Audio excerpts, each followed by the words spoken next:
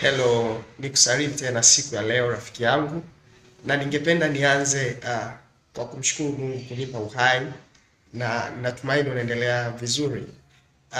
Leo ningependa nianze kuonyesha maeneo kadhaa ambayo Yesu Kristo anatoa uhuru, na eneo la kwanza ambalo ningependa tulione ni eneo la uhuru dhidi ya dhambi.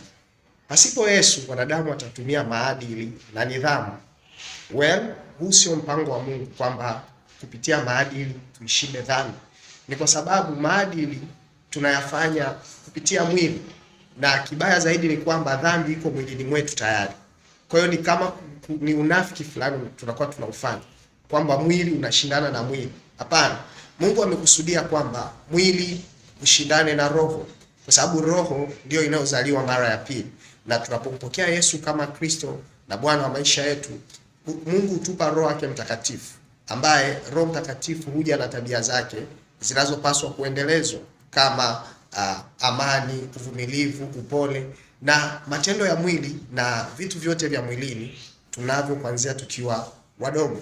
Kwa hivyo mpango wa Mungu ni kwamba kupitia Yesu Kristo tupokee uhuru, ambao huo uhuru utatusaidia kuishinda dhambi. Hii ndio sababu kila mtu aliyemfuata Yesu aliyekuwa akilemewa na mizigo ya dhambi aliambiwa, enenda zako wala usitende dhambi tena.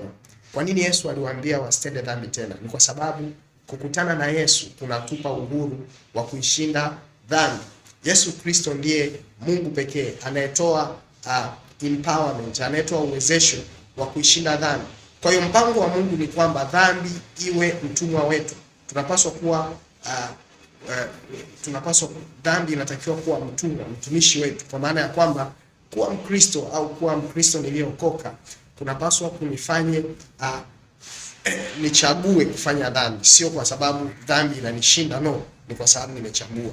Kwa hivyo kupitia Roho Mtakatifu kuna uwezesho na kuna nguvu kubwa ya kuishinda dhambi. Adamu alipokuwa Eden aliwekewa mipaka, ndio maana aliwekwa ndani ya bustani. Baada ya kutoka nje ya bustani alianza kujiongoza yeye mwenyewe. Kuokoka au kumpokea Yesu Kristo ni kurudishwa ndani ya Eden. Tunaopokea uhuru, lakini uhuru wenye mipaka unaweza kutusaidia kuishi maisha matakatifu na kumpendeza Mungu. Yesu Kristo anatoa uhuru. Jesus Christ gives freedom. Nikukumbushe tu kwamba Mungu ni pendo na ndani yake hakuna hofu. There's no fear in love. Barikiwe sana na wakati mwema kwako.